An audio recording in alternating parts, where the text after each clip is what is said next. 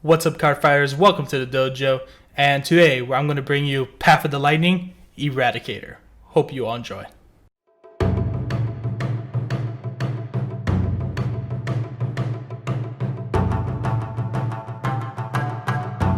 So, Path of the Lightning Eradicator I was going to upload on Tuesday, but as you guys all know, Tuesday they did a reveal and they announced that Cho got unrestricted, right beside Gergrip being restricted with Percival. And I was like, wow, that's upsetting. I already made the deck profile, I ran 2 Cho before the restriction, and now finding out that Cho got unbanned, I was like, okay, so we're gonna have to redo this deck profile. So I scrapped everything, restarted from 0, and lost like 3 days, and you guys saw no uploads, but it's okay. So I went through it, play test some more, went 2, 4, 3, went through all the Cho formations, see what needs to be cut, what I don't need, and things like that, and finally found a deck that I can tell you guys about and put it to the test when we get to our mirror match. But before we go on to talking about our deck, we gotta talk about the lore by Eradicators with Gauntlet Buster Dragon and Draconic Descendant. Who are the Eradicators? Eradicators, Erad for short, is a special force composed of the most loyal to the Dragon Empire from the Narukami clan. They are subjugated to special training in order to make ruthless decisions in the battlefield. Their motto: eradicate anyone who dares make an enemy of the Empire. Eradicator, Gauntlet Buster Dragon. He is one of the Eradicator units on the field. His savage form is not very off from his actual personality. He is a berserker with warlike mouth and personality. Hell, he used to be known as the Wrecker. Those who receive the title of Eradicator gain it for 2 reasons: loyalty or strength. And from his own personality, you can tell he earned it from strength. There are those who say brute force is not true strength. However, his insatiability, desire for strength causes him to show off incredible strength that it surpasses any form of strength, of will and spirit. Strength. Draconic Descendant, wielder of the Sword of the Apocalypse, a pair of swords that are only given to 2 Draconic Empire generals, one being himself and Draconic Overlord. He is the leader of the Eradicators. He is a ferocious general that's equipped with both the spirit and intimidation of a dragon. As a response to Faith, he easily brought the Eradicators together, who are said to be the toughest and most brutal dragons in all of the Empire. He has stalked approximately every power he has obtained in rule to continue forward and lead with an overwhelming presence, and finally even got his hands on divinity. He is the new march of lightning, and thunder will begin now. So now onto the deck list. I want to take my time after Cho got restricted to re-go through the deck and see if Cho can go up by 1, up by 2, and then test everything out, because I thought it would be unfair if I didn't give you guys that opportunity to know what, oh well, Cho was unrestricted, what do we run now? So I did the testing for you all, and you guys can do some testing too. Let me know what you guys think and all as well. But this is going to be the deck list that I'm going to be explaining. So first we got Draconic Descendant, our boy, our main grade 3, pretty much the powerhouse of the deck. His skill is when he's ridden over a Eradicator unit, so when you ride him over Gauntlet Buster Dragon, which is going to be the card we're using, he gains all the abilities of that card until end of turn. And as we all know, his second skill is going to let us bind, and then his last skill is the card that is the ability is going to let us restand. So the whole idea is that we're going to be getting Gauntlet Buster skill for a turn and using that to restand him and attack again with Gauntlet Buster skill. So we're going to have a 3 crit Vanguard attacking twice. Now onto our next grade 3. It's going to be Gauntlet Buster Dragon. I'm kind of going a little bit quicker with the skills here because we are aware of what Gauntlet Buster Dragon is, and Draconic Descendant is going to be taking the majority of his skills.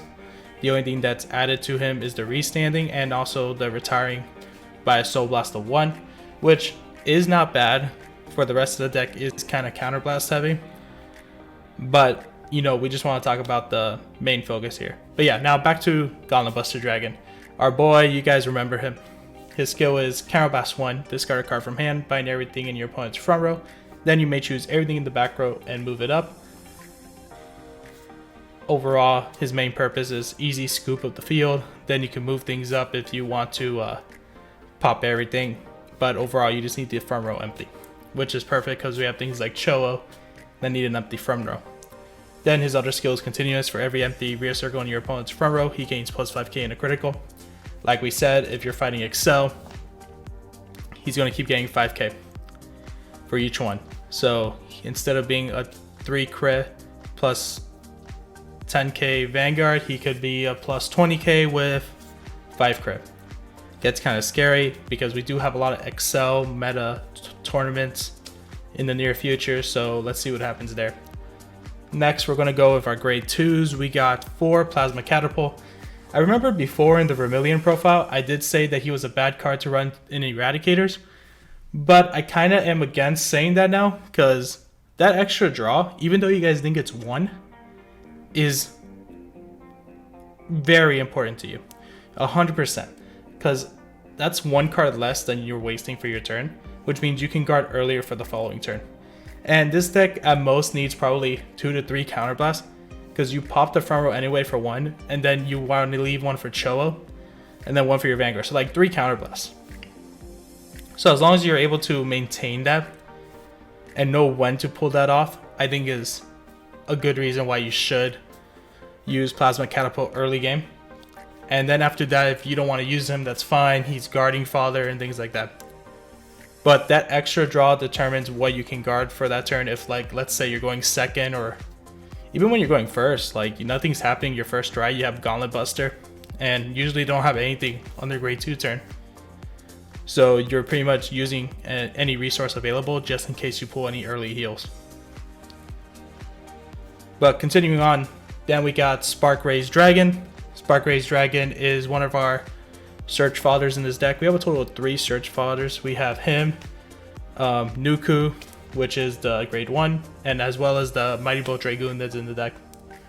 But yeah, all of them are top 5. The Eradicator ones only search for Eradicator units, while Mighty Bolt only searches for grade 3s.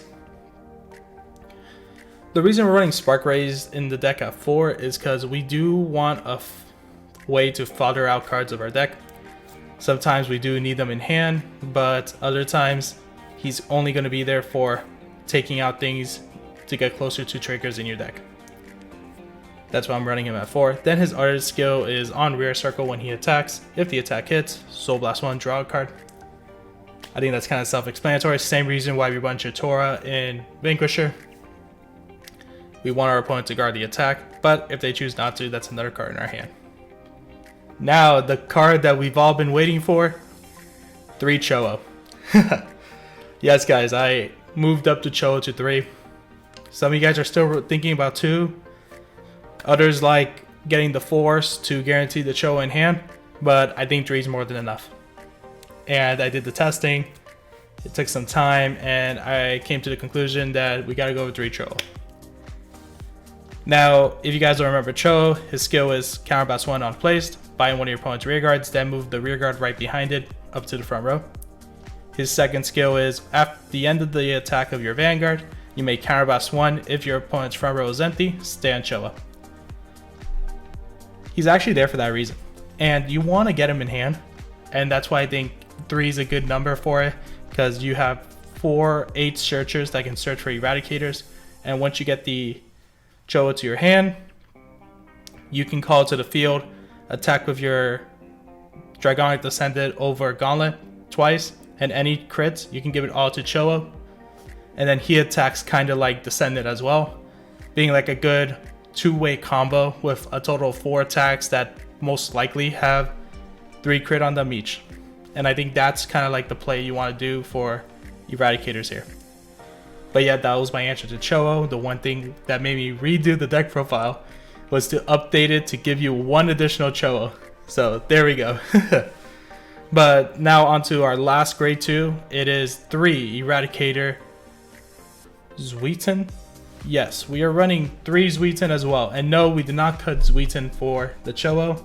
We actually cut one of the Desert Gunners that I'll be talking about later. But we are running 3 Zweiten. His skill is when one of your opponent's units are bounded, he gains +5, and then a Gauntlet Buster Dragon will gain +5 as well. He only would work for Gauntlet Buster if Gauntlet Buster is on the field. If Dragonic Descendant is written over him, then Dragonic Descendant would not gain the 5k, only himself. But the reason we are running him is he's kind of surprise fodder. He does go to Soul to draw a card. So if you need more cards in hand, but you don't want to waste it on the field, these are the cards you call out to attack with, and then send them to your Soul to draw back your hand, so that you're not minusing for the turn. So they're an easy +0 to call to the field, because you're not losing anything out of it, but you are getting the attacks for them, and then sending them away to rebuild your hand. Next, we run 4 of the card that we were talking about earlier, Interrupting Eradicator Nusku. So, just like Spark Raised Dragon, when placed on Vanguard or Rearguard Circle, check top 5 for your Eradicator, add it to your hand, shuffle your deck, and discard a card from hand. Again, you're going to use this in Spark Raise in Tangent, searching for your pieces for your grade 3. But after that, just fodder out. Get as many units out. Top 5, CA, Plasma Catapult. You don't need anything, you got your Cho already. Discard Plasma Catapult. Just keep foddering out the deck until they're gone and all you have is your 16 triggers. And then our next grade 1, not last, our next grade 1 is 4 Mighty Bolt Dragoon. Skill for Mighty Bolt, like we all know, on place, top 5 for 3, add to hand, then discard a card from hand. Fodder, like I said, fodder. Top 3, add the 3 you're missing, discard a grade 1 from hand. You remove the grade 3, you're doing exactly what you need to do. Second part is anything bounded. He is a 13k beater, so he's actually your only thing in the back row that you'll probably want, because he is a 13k booster. He's good to have behind your Vanguard, make him bigger, and then maybe also behind a Chowo. I think that'll be your best play for him entirely. But finally, our last grade 1, our 3 Desert Gunner Jibin. Someone will correct me later on YouTube. But if you guys don't know what Jibin does, he is at the end of the battle that your Vanguard attack, choose one of your units. Until end of turn, they gain +3k, and your opponent cannot call Sentinels from his or her hand to the battle that chosen unit attacked.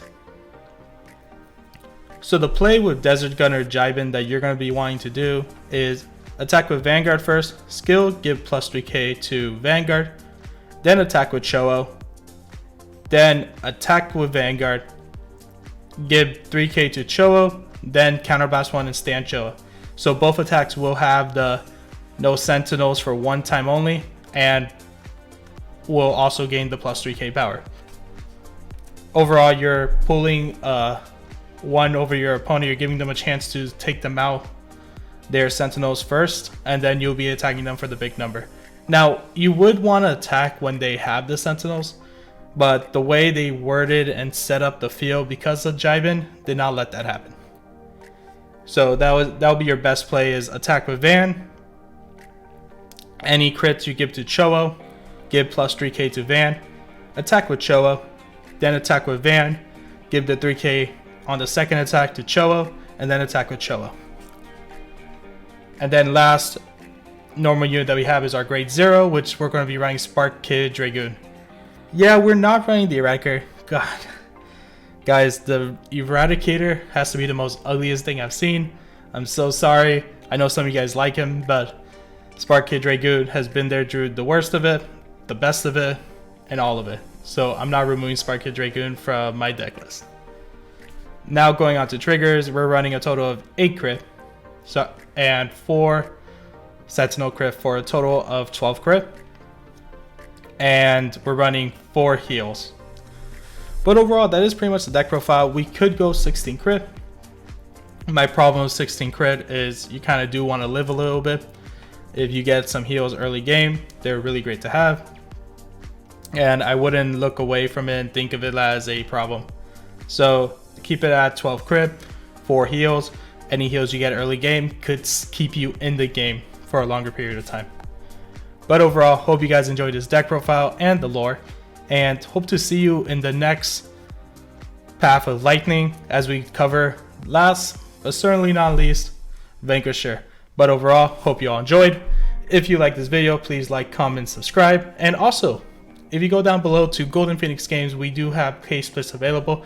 If you use my sponsor code NaruSamurai, any orders in there would help my channel and my stream on Twitch as well for more better content.